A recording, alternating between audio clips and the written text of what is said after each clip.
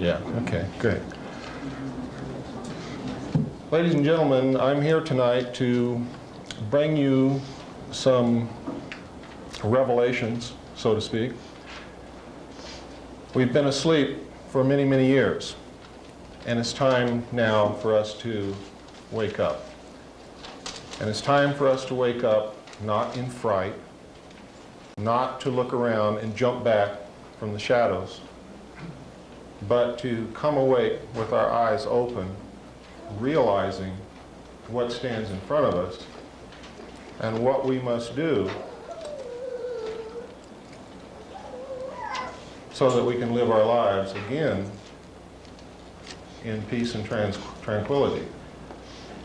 And we must, at all costs, guard against drifting back into the slumber that we have been in for the last 40 to 50 years, that has really created the situation that we find ourselves in today. We're going to be discussing a lot of subjects tonight, and I would like for you to hold your questions until the end, at which time I will be happy to answer them. The harder the question, the more I like it. There's no such thing as a dumb or stupid question. And while I'm imparting this information to you tonight, I want you to try to come up with questions to poke holes in it.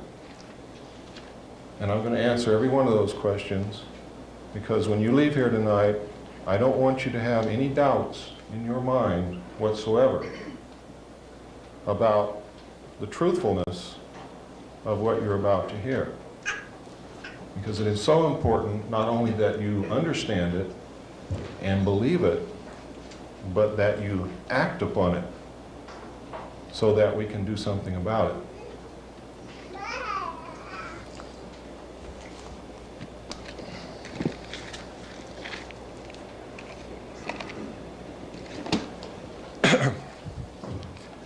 We tried to get a large television set tonight, and lo and behold, in the entire city of Sedona, this is the largest we could get. So if you'll bear with us, I'm going to be showing you some videotapes. Most of them we're going to play through once, because the audio will be enough for those of you who aren't able to see it from the back. When I get to the Kennedy tape, if you are unable to see what you need to see, after we play it the first time, let me know. We will then ask the people in the front to stand up and move back, and those of you in the back come forward. We will play it through as many times as we need to. It is important that you know that you've been lied to, that your own government assassinated one of our presidents. And we're going to show that to you tonight. I would like to thank some people now and talk about some material that you're going to be seeing here in the future. I would like to thank especially Eve Bruce, who through long-distance telephone conversations really started this rolling and was the one who put it together for you.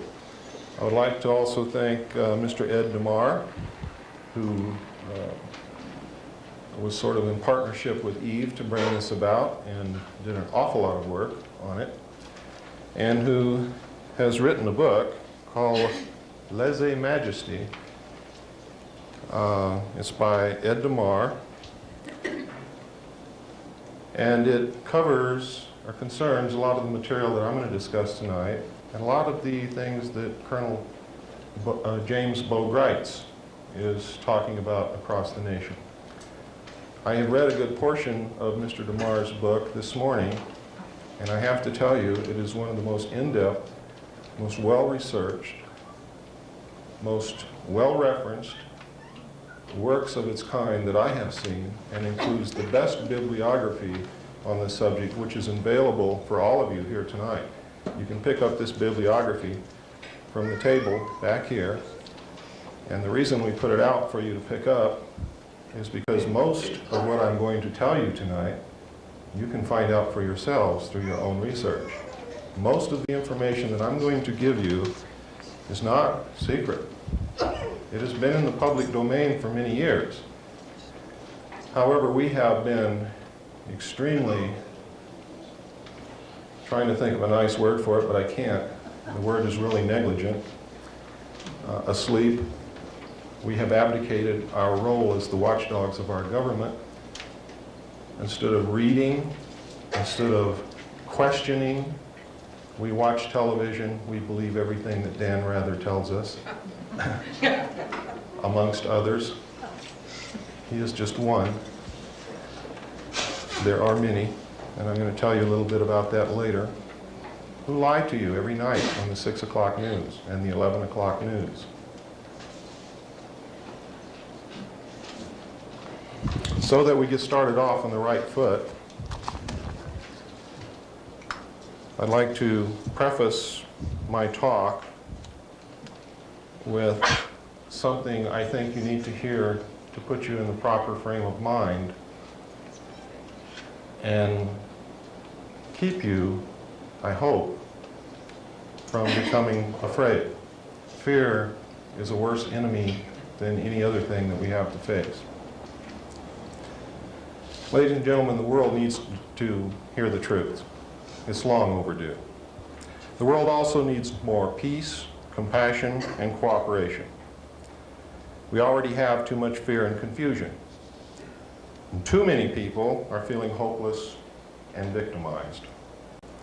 What is offered here is startling information. And what we ask is that if you choose to accept it, you do so with the understanding that it would not come to our attention now if we did not have the ability to successfully respond. But successful only if we bring our highest thoughts, energies, and feelings to take positive action. We are not here to create more confusion, fear, or negative energies of any kind. And it is important that we not give in to these in ourselves, as it would only add to what the world already has. Fearing and fighting is the old way. We've tried to change the world, and the result has been that those who managed to be the victors brought the same constrictive and negative patterns back into power.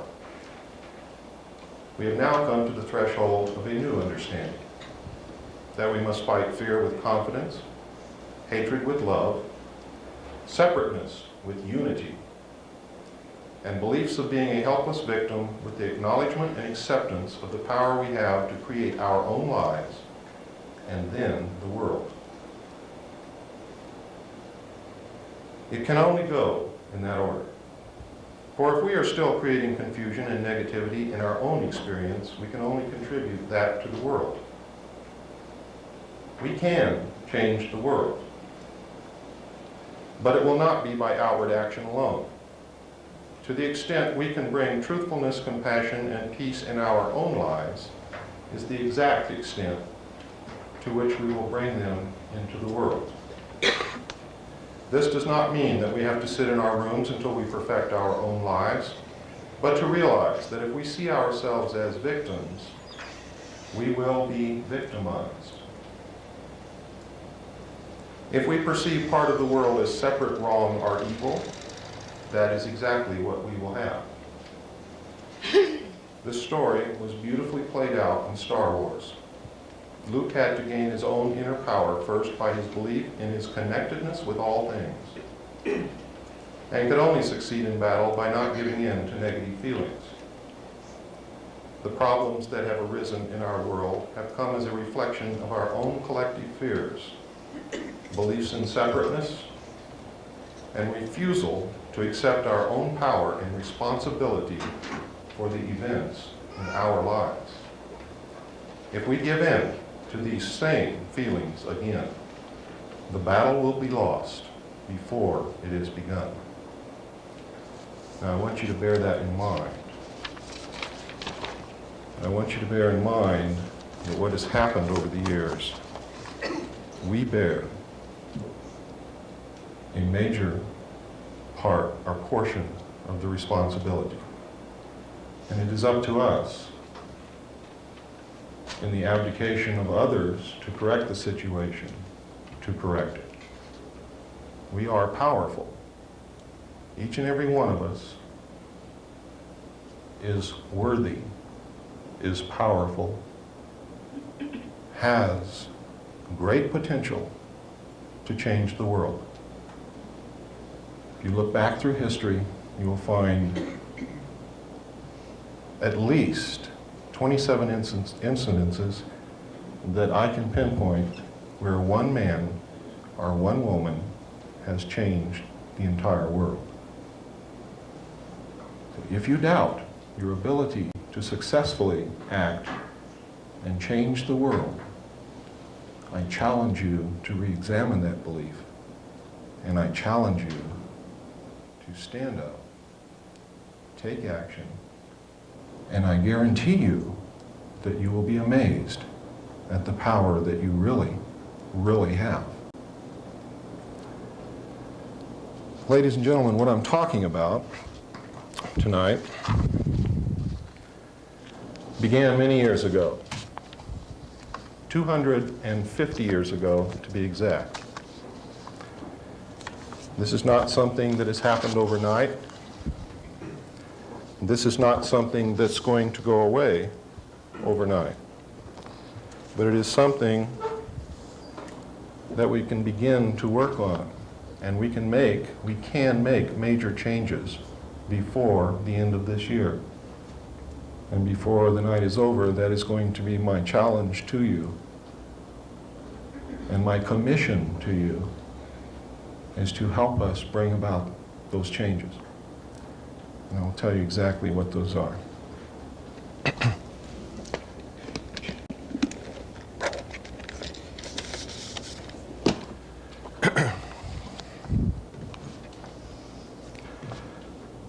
I'm going to brush over the brief history of this because what I want to do is get to the meat of the matter that's happening today, because that's really what concerns us. But you need to know how it all started. About 250 years ago, there was a man who was contacted by, you might call it a channel, you might call it an alien being, you might call it a spirit, whatever you call it. This entity that contacted this person set in motion one of the most far-reaching, longest-lasting conspiracies known to man. It began with the Illuminati. It began with the Illuminati right from the inception of the Illuminati as a plot to depose the rulers of the countries of the world, take down the national barriers, create a one-world government with the core members or executive members of the Illuminati at its head, concentrating the power of the world and the wealth of the world in their hands and subjugating the rest of the human race literally to serfdom. When the heads of the monarchs of the countries of Europe uncovered this plot accidentally, they immediately banned the Illuminati. They put a price on the head of the members of the Illuminati, and they quickly disappeared and took to the holes in the ground. They were sheltered by other secret groups. You will find that all of the secret societies that are concerned with this particular conspiracy, all through the years, always have levels of initiation for their membership. I'll explain to you why that is a little bit later.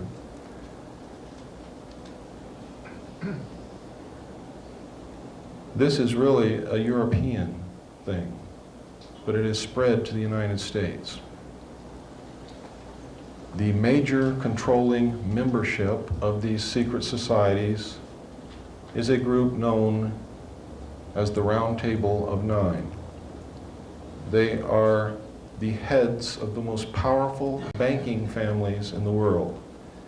When you get right down to it, there are only 9 families who control the wealth of the world, and that is the 9 families whose heads make up the Round Table of Nine.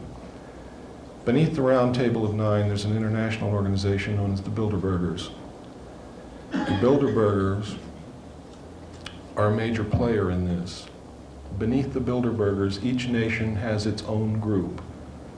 Most of the European nations look to the Club of Rome. In the United States, it's the Council on Foreign Relations, and in recent years, in our generation, the Trilateral Commission. You may not realize this, but they are one and the same. The Trilateral Commission branched off from the Council on Foreign Relations to give you something to hang on to should they lose political power. It is an old ploy. It's the same as in the playoffs for Major League Football. You have two teams and you play yourself. You cannot lose. That is the theory behind the split. Now that you know a little bit of the history, and not too much, because I really want you to go start reading for yourself, and you will find that there's plenty of material to give you food for thought, a lot of hours of reading, and a lot of productive research.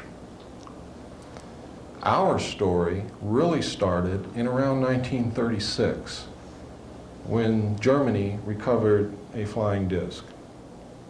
It is not clear whether they entered into an agreement with the aliens and were given the disc, or whether they took the disc, or whether the disc crashed and they just came in possession of it. The method by which they did this is not clear.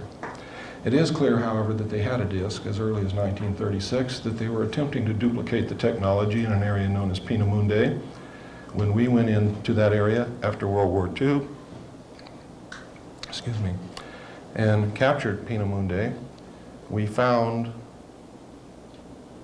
safes, file cabinets, drawers loaded with documents on the alien technology and on the attempts to reproduce the technology. We found pieces and portions of hardware. We found some of the scientists in our sweep trying to recover them. Many of them, however, were captured by the Russians. Much of the hardware was also captured by the Russians, and the Russians may have captured the original disc, because we certainly didn't get it to my knowledge. Notice I say to my knowledge, because I was not privy to every scrap of information. When we found this at the close of World War II, we were extremely concerned. We didn't know what to do about it, but we immediately set the scientists about working on trying to duplicate the technology, or at least come up with it on our own. Most of it we did not have to duplicate until 1947, when, as you probably read or heard, or recently if you watched Unsolved Mysteries last Wednesday on television, you saw what was described as the Roswell incident. The Roswell incident is a true incident. It did occur. It occurred near the city of Roswell, New Mexico. And what actually happened, there was a thunderstorm. A disc was seen flying over two cities in the direction where the wreckage was found. The disc either exploded in the air or hit something in the air. But whatever happened, we know it happened in the air because debris was found in two different locations. There were large amounts of small debris scattered over a ranch that belonged to a Mr. Brazel, who was an old-time cowboy, was a very honest man, and reported it. Several miles away, there was a large, intact majority of the saucer, actually, or the disc, found on the ground with several dead alien bodies. The reason I say several is there are accounts that there were 4. I saw pictures of 3 of those dead alien bodies in a report called Project Grudge, which also included material from a report called Blue Book Report Number 13. So, I'm not sure whether there were 3 or 4. I saw photographs of 3 of those bodies for sure. Really, it doesn't make any difference if there was 1 or 50. The important thing is that it occurred, and that there were dead alien bodies that were not of this world. The technology was not of this world. We could find nothing within that craft that we knew anything about. We could not find electrical wires, we could not find vacuum tubes, we could not find hydraulic actuators, accumulators, control valves. We didn't know what made this thing tick. Immediately, it was classified secret. It was carted away. The press was told first that they had recovered a flying saucer. Second, that no, it wasn't a flying saucer, it was a weather balloon. When the local newspaper tried to put it out on the wire service was interrupted, and a message came across the wire to the local news service stating that they were to cease transmission immediately. What they were transmitting concerned the national security. The message was from the Federal Bureau of Investigation. And this is documented. The witnesses are still alive and have so testified to this fact. What happened over the next several years, really that's the most important thing that initially happened. The second most important thing that happened, and there were other crashes in between, the second most important thing that happened is that we found 2 discs in the vicinity of Aztec, New Mexico in 1948, which contained human body parts. Now, this caused the classification to go from secret to way above top secret, because there was a great fear of a national panic. Now, this was before they ever did a study to determine whether or not they believed the populace would panic if the information that aliens were here was disseminated. But they knew that if they told the public, or if it got out to the public by some means, that aliens were not only here, but were flying around in craft which contained human body parts, that's another story altogether. Now, I don't want you to get real concerned about this, because your chances of being affected by it personally are extremely remote. The next really important occurrence was the fact that in 1949, again near Roswell, 2 discs crashed. They recovered 5 alien bodies from these discs, and in combing the area to make sure that they had recovered all of the wreckage and everything that they could so that the public would not be able to discover anything, and so that they would have everything with which to gain knowledge and technology from, they scoured the area by foot patrol, by jeep patrol, and by aircraft reconnaissance, and discovered an alien live from the crash wandering in the desert. They captured him. He was designated EB, extraterrestrial biological entity. EB was taken to Los Alamos, where he was placed in a Faraday-shielded environment because he had the ability to read the thoughts and transmit thoughts to people outside of where he was being held captive. He also had the ability, through a device that he wore around his waist, to literally walk through walls. Now, we know through our own study of science that this is not far-fetched. We know that mass, or matter, is made up of molecules which are made up of atoms, and in between these atoms there's quite a large space on that scale, and in between the molecules there is a large space on that scale also. It's much like being out in space and looking at the solar system. If the sun and each of the planets, if you were to consider them to be molecules, if you could get way down microscopically and look inside your own hand, you would see much the same thing. There are large spaces between them. They're held together by a force or an energy, which we know very little about. With the proper technology, you could literally put your hand through your other hand if you knew how to do that.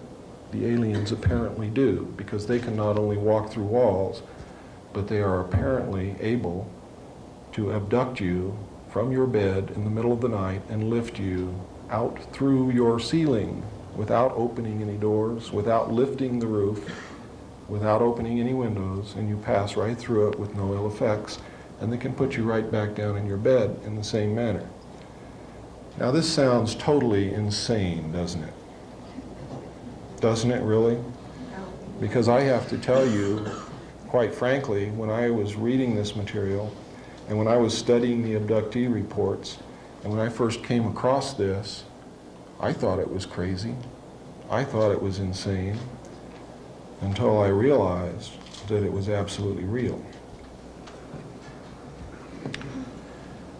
I want you to also bear in mind, ladies and gentlemen, that it was not too long ago, and it really wasn't too long ago, that if you mentioned to someone else that in a few years man would be flying through our own atmosphere, you would have been laughed at, ostracized, and probably kicked out of town. Then not long after that, when we did have aircraft and were carrying passengers flew through the air, if you had suggested to your neighbor that in a few years a man would be walking on the moon, you would have been laughed at, ridiculed, and maybe run out of town. Literally, when we put a man on the moon is when I realized that nothing is impossible. Nothing ever again can be impossible.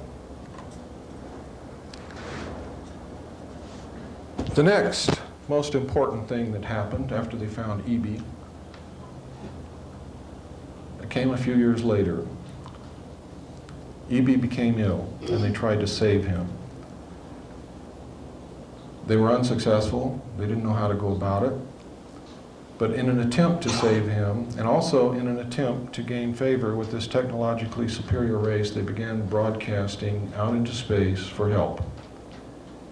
We have one of your people here who crashed in one of your ships. We're trying to save his life. He's dying. Please help us save his life. By doing that, they hoped, number one, to make contact, number two, to make friendly contact, number three, that the aliens would see us as a benevolent people trying to help one of theirs and would not attempt to destroy us or hurt us. Because we realized that their technology was so far ahead of ours that in any military confrontation of any kind, we would have had no chance whatsoever. And basically that is still true today. What should give you good feelings is that if the aliens wanted to, they could have done anything that they wished to us many, many years ago, and they have not done that. So I see that as good. Hopeful. I see it pregnant with all kinds of hope and possibilities for the future. Because we know as the human race, what we usually do to an inferior culture if we're technologically superior is usually not that good. So there is a great deal of hope. There's a great deal of promise in that. E.B. died in June of 1952. As of the time of E.B.'s death, we had not had any answer to the message that we had sent out into space. The movie that you saw, called E.T., is the story of E.B. They have changed some things around to make it more palatable to you. The beginning of the story, he's running around in the desert. He's lost. The government is chasing him. In the real story, the government caught him. In the movie, the little boy gets him. And they form this symbiotic relationship. They're each getting something from the other. And it's a wonderful story. Well, in real life, the real life E.B. was assigned an Air Force officer to watch over him, become his friend, get as much information from him as he could, be his mentor, be his captor. And the same symbiotic relationship developed between E.B. and this Air Force officer, to the point where when E.B. died, the Air Force officer cried. He was deeply hurt. He'd lost a dear friend. because he had been with E.B. literally night and day since they had found him. In the movie, E.B. gets very ill, and everybody's very concerned. And the little boy plays the role of the Air Force officer. And you see that he cries. But in the film, he lives. E.T. Call Home was Project Sigma to attempt to make communications with the aliens to come and help save the life of E.B. The government, ladies and gentlemen, is giving you information at an unprecedented rate every day.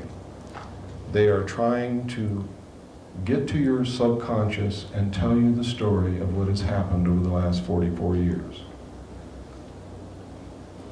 So that when the truth comes out, it is not a critical shock. You will be prepared for it. You will understand what is happening. In 1953, we detected large objects in space coming toward the Earth. They took up a high orbit around the equator. These objects were determined to be spacecraft intelligently controlled. We did establish communications with them. Arrangements were made for them to land. There were 3 landings in 1954. One took place at Holloman Air Force Base in New Mexico. One took place at Edwards Air Force Base in California. The other one, do not hold me to this because I cannot substantiate it, but I believe it was at Homestead Air Force Base in Florida. I believe that the aliens who contacted us, who were attempting to help us, who refused to give us technology, who wanted to help us with our spiritual development, I believe that that landing took place at Homestead Air Force Base in Florida. But I can't get any verification from that from any source, so don't put that down as fact, put it down as a possibility. The other 2 bases, the other 2 landings I know occurred without a doubt at Holloman Air Force Base and Edwards Air Force Base. The first landing occurred at Holloman Air Force Base, where the aliens met with our intelligence officers. They reached a basic agreement after several hours. They were able to communicate. They left one hostage with us, his name was Krill, as a pledge that they would return and formalize an agreement. Later in 1954, they landed again at Edwards Air Force Base. President Eisenhower had arranged to be on vacation in Palm Springs. At the appointed date and time, President Eisenhower was whisked away. He actually disappeared. Nobody even saw the helicopter come or go, but he just flat disappeared. The press was really shook up, and if you read the newspapers during that period of time, you will find that the press literally went wild trying to locate him. They were given a story that he was taken to a dentist for a toothache. They never found a dentist that treated President Eisenhower. In fact, he was at Edwards Air Force Base. He reached a formal agreement with the aliens and a treaty was signed. This was played out in a movie that you saw called Close Encounters of the Third Kind. Everything that you saw in that movie, except for finding the ship in the desert and the plains in Mexico and those types of things, was true. People were and are still being abducted.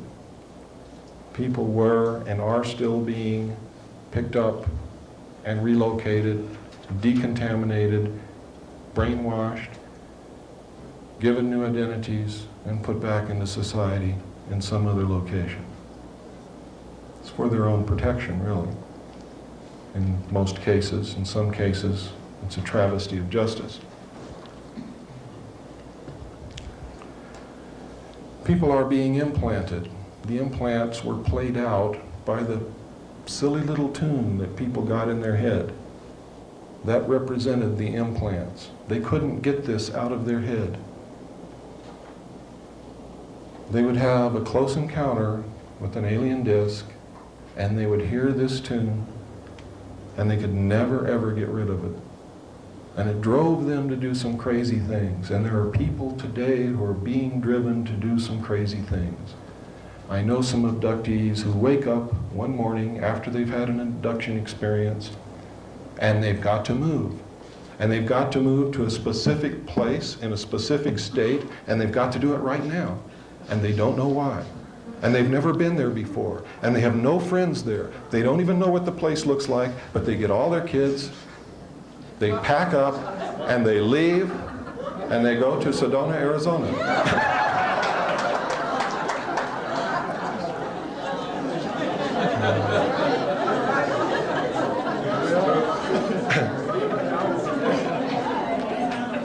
Some of them go to Yelm, Washington.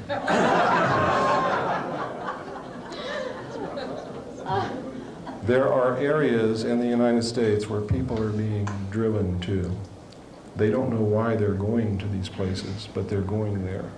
Usually they have been abducted. Usually they have been implanted. Well, let me take that back. I guarantee you that everyone who has been abducted has been implanted. And the time that I saw the information between 1970 and 1973, the official Office of Naval Intelligence figures was 1 in 40, which works out to 2.5% of the population. How did they get these figures? It's very simple, ladies and gentlemen. At that time, they still had the draft. At that time, they had draft quotas from every state representing a certain percentage of the population. A certain percentage of the population of young men had to be drafted according to the percentage of the total population that lived in that state. When they came in for induction into the military service, they were given an extensive medical examination, and even at that time, ladies and gentlemen, we did have magnetic resonance imaging capability, but the military did not put it out to the civilian community as yet. This was a new technique, a new development.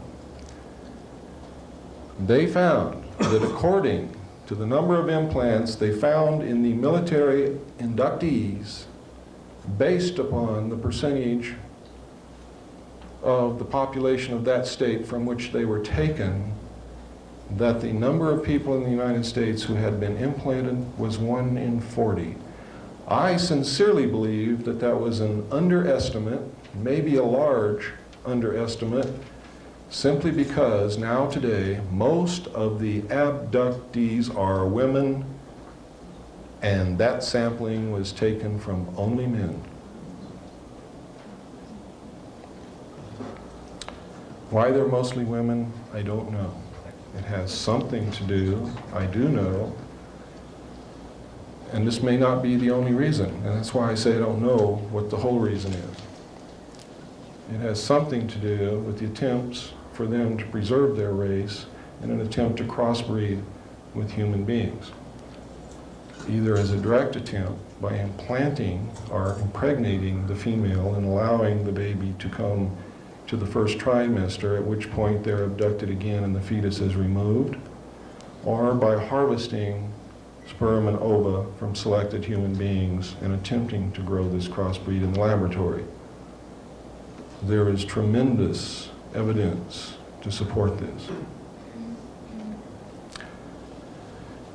Now, let me digress back again to the next major step that happened, was that in 1954, when after President Eisenhower had become incumbent with the office, he realized that he was going to have to deal with this, and he also realized, as I realized a long time ago, you can't believe what's happening.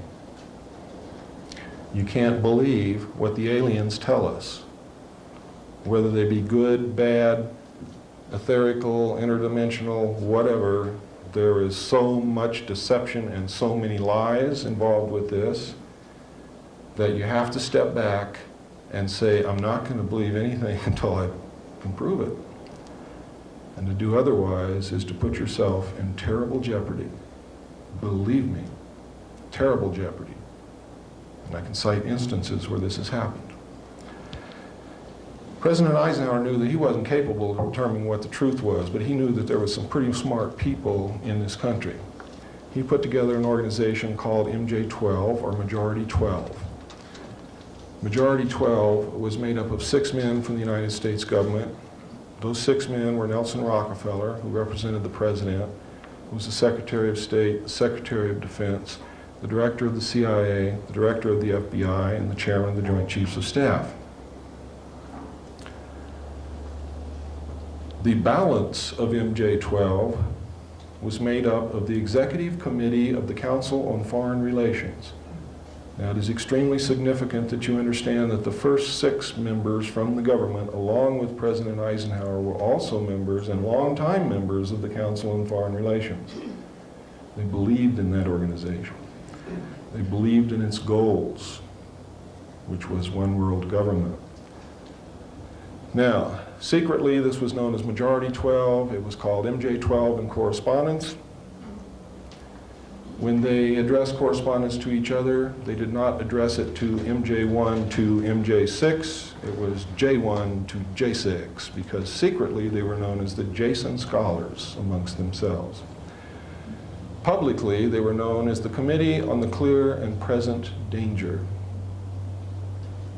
And to my knowledge, may still be known as the Committee on the Present Danger.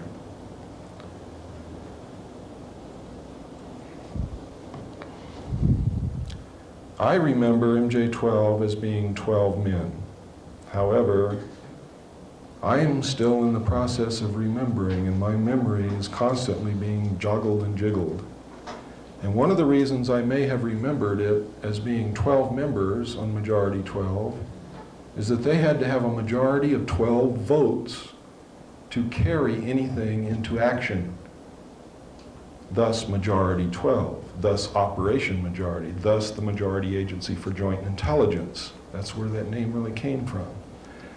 Which means they literally had to have the vote of every member on it if there were really 12 members. But having to have 12 votes to carry, being named Majority 12 or MJ-12 could have just been enough to make me believe that they only had 12 members. My memory is beginning to joggle now, and I'm starting to believe that maybe there was first 6 from the government and 12 from the Executive Committee of the Council on Foreign Relations, and that there may really be 18 members on MJ-12.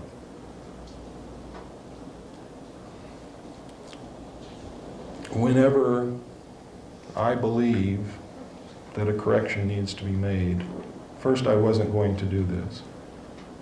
But that's wrong not to do that.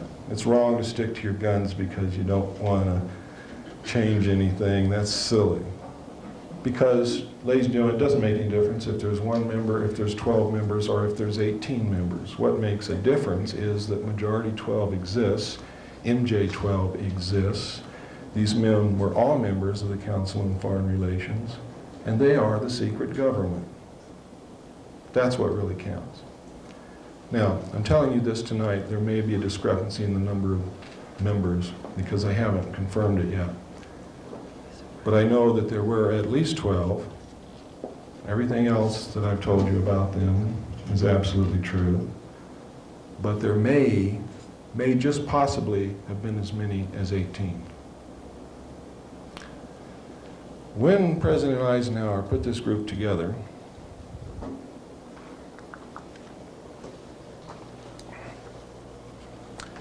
oh, thank you. I didn't realize how thirsty I was. When he put this group together, this group, and President Eisenhower may have done this intentionally, but there's no reason to believe that he did, because there's nothing to tell us that he did. But having been a member of the Council on Foreign Relations, he may have done this intentionally. These people saw this as the opportunity that they had been looking for all of their history. It was the opportunity finally to control one of the major superpowers of the world behind the scenes. Because who gets knocked off when things go wrong? The person standing out in front, right? The people behind the scenes just chuckle and laugh and say, ah, they got the wrong guy, and they put another one right up there for you to knock off. If you're even smart enough to knock somebody off, which we haven't been. The only ones that have been knocked off, they did the knocking off. Through a whole bunch of secret executive orders and NSC memos, which are in fact executive orders, they reached the habit actually of using NSC memos in place of presidential executive orders to prevent the government from falling should the public find out what was really going on. It was to save the presidency. What started out as a means to save the presidency resulted in a means to prevent the president from knowing the truth. Up until President Bush, President Eisenhower was the last president who knew the entire truth. And when he left office, he could see what was happening. He was a very intelligent man. He could not have been the overall commander of all Allied forces in Europe with 5 stars and then reached the office of president if he had been a dummy. He was not Dan Quayle, I can guarantee you. He knew what was happening, and he attempted to warn us when he left office. He told us quite bluntly and in no uncertain terms to beware of the military-industrial complex. And who is the military-industrial complex? It is the members of the Council on Foreign Relations, and since the inception of the Trilateral Commission as well.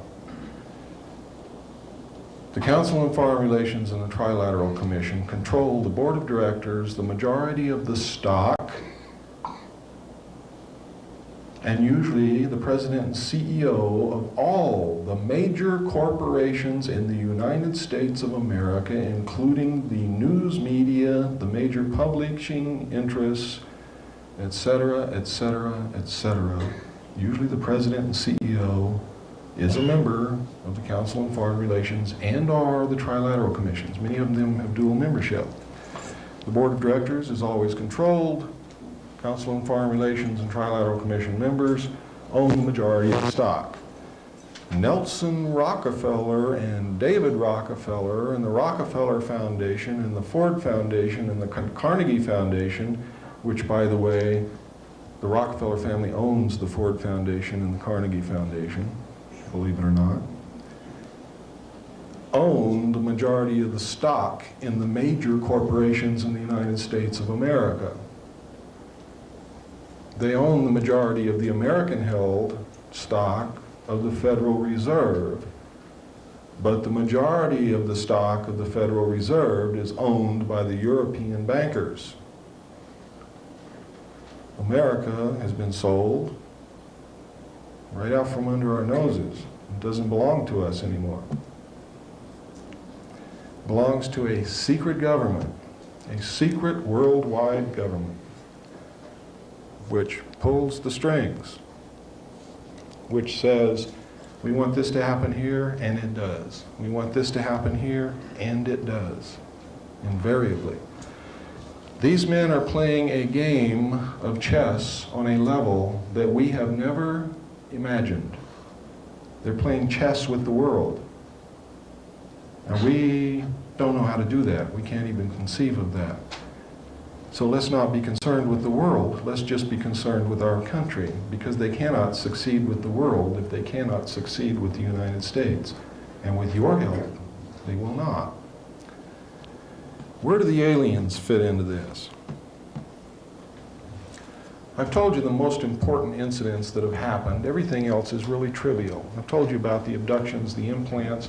I've told you about the mutilations, the body parts being found on the craft. I've told you about the agreement. I've told you that they're here. I've told you that we have their technology. Those are the important things.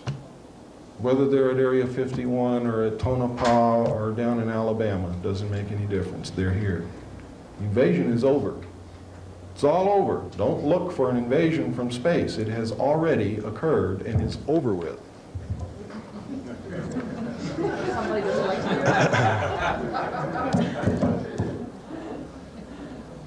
So we don't have to be concerned with that. One of the things that the secret world government is going to attempt to do to get you to accept their new world order is they're going to try to scare the hell out of you with a fake, phony landing where they're going to say, oh my God, there really are ETs. It's going to be covered by the media of the world.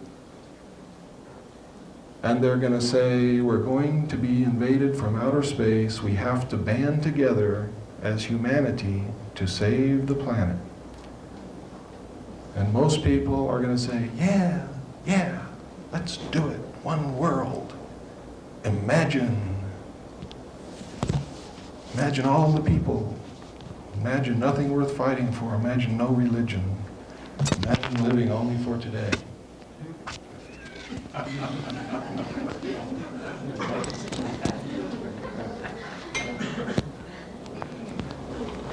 These events are always fun and unpredictable.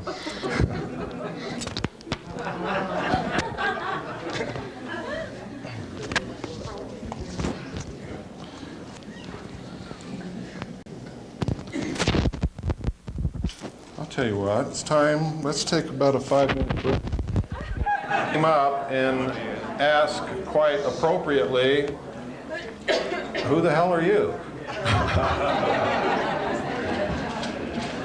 And I used to start all of my talks out with who I am, where I'm coming from, how I saw this information, and what my stance is on it. And I eventually reached a point, and I keep forgetting that I'm not in California anymore. I reached a point where people would say, we already know who you are, tell us what you got to say. So I stopped doing that, but now I'm in Arizona, and I realize that whereas in California I'm very well known, here I may not be as well known. I was raised in a military family. My father was an Air Force pilot. He is a retired Air Force colonel at this moment. When I was a child, I heard stories about Foo Fighters and crash discs and things not of this world and strange sights up in the sky, and saw pictures that pilots took simply because I was the son of a pilot. Not because anybody was taking the time to show me. I just happened to be there when these things were discussed and when these pictures were shown and passed around. And usually was underfoot and eventually was kicked out and exiled to the back bedroom or the backyard. Eventually, though, I grew up and left home, went into the Air Force. I was assigned to the Strategic Air Command as an aircraft and missile hydraulic technician, which means that I worked on the hydraulics and the pneumatic systems, or high-pressure air systems of aircraft and missiles for the Strategic Air Command. I worked with B-52 bombers, KC-135 aircraft, which is the same as a 707, only it's for refueling other aircraft and carries fuel instead of passengers. I worked on B-58 bombers. I worked on Minuteman missiles. During the time, both when I was in school learning my trade in the Air Force and the time that I was on the job, I met people who had taken part in crash disk recoveries. And usually at the Airmen's Club or in some bar downtown or someplace, because I was a young man then, and that's where you could usually find me, with a beer in my hand looking for a girl. And if there wasn't a girl around, we lied to each other a lot.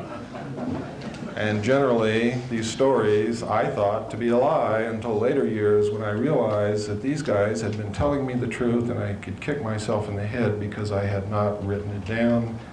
I had not pressed them for more information at a time when they were willing to talk to me for some reason or other. When I left the Air Force, I went into the Navy, and really I'd planned to just skip from service to service. I was a pretty crazy young kid. I was gung-ho. I was raised in John Wayne movies and Sergeant Rock comic books. I came from a military family. My whole family was in the military service. Uncles, grandfathers, brother, everybody. We were service people. We were government people. We were patriots. We cared. We believed that the best thing that a man or a woman could do was to serve their country. When I went in the Navy, I volunteered for submarines because that was the weirdest thing you could do. And I was pretty weird. And I thought it would be neat to sleep underwater. So I did. While I was on submarines, being junior in the Navy, real junior, I had to stand lookout watches. Lookouts are well-trained professional observers. They are not just someone that they grab out of the galley and stick it there with a pair of binoculars. You are well trained, because before you yell to the officer of the deck that you got to shoot at something coming at you off the port beam, you got to know that that's really the enemy and not the admiral coming out for a visit. And that's really the main reason for it.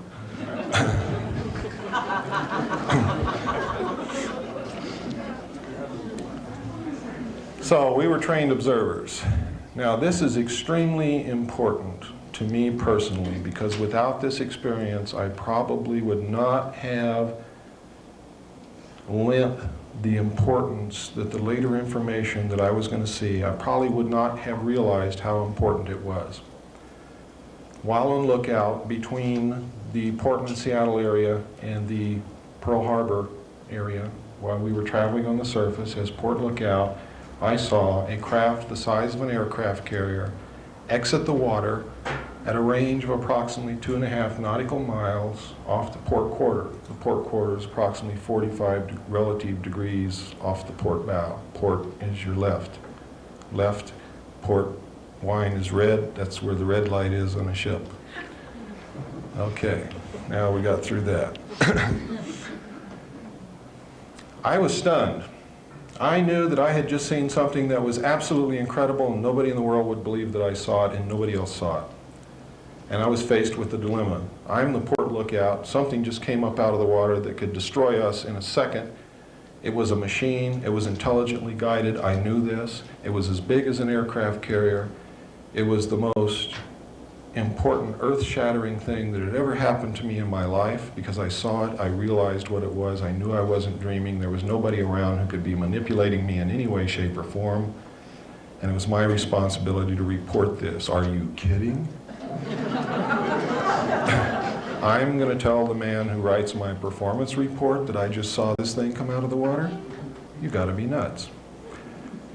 But I had a responsibility to the safety of the ship, the boat, which we call submarines, boats, not ships, to the boat and to the crew. So I had to devise a method to report this, and what I did was I told the officer of the deck, Ensign Ball, I said, Ensign Ball, I saw something about 2.5 nautical miles off the port quarter, but it just flashed and I don't know what it was. Could you please help me scour that area to see if we can find it again? Now, I didn't really believe that this thing was going to show up again at all. Well, the starboard lookout heard this conversation, and he turned around and started looking too, which he shouldn't have done, because you're never supposed to desert your own field of responsibility, but he did. At about that time, the object came, or this object, or another one just like it, came back down out of the clouds and entered the water. Ensign Ball dropped his binoculars, dropped his jaw, and turned around and just stared at me and didn't say a word. And then he turned back around and he just stared off into space for a couple of minutes. And then he turned around and looked at me again. And he said, "This had to happen on my watch."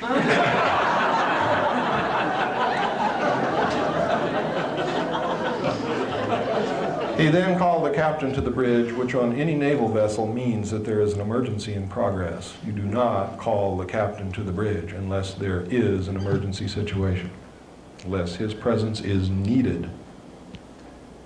If you call the captain to the bridge and his presence is not needed, you are in deep, deep, deeper than the submarine will dive to, trouble. And it's lucky they didn't have submarines in the old Navy when they killed people. Now, the captain came to the bridge, and so did the chief quartermaster, because it was his job to come to the bridge with the captain with a 35mm camera anytime anything like this happened. This event repeated itself several times over a 7 to 10 minute period, and we watched it. They would exit the water, go and disappear in the clouds, and then another ship, or the same ship, would re-enter the water. Eventually, it stopped. We were told by the captain before we left the bridge, not to discuss it with the other crew members, that it was classified top secret, and that we were never to mention it to anyone. Now, the crew knew about it. How they knew about it, I don't know, but I suspect that it was picked up on sonar and radar also, in which case the sonarman and the radarman would know about it too. And I believe that is what has happened, and I believe that they were also told not to talk to anyone. But several crew members came up to me and wanted to know if we really saw a UFO, and I told them that I was not allowed to discuss what happened, and I didn't know what I saw anyway. So that was the end of that. I did tell a good friend about it years later. When we arrived in Pearl Harbor, an officer from the Office of Naval Intelligence came on board and debriefed each one of us independently of the others. I do not know what went on in the debriefings of the other personnel involved, but when I went in, he began to ask me what I saw.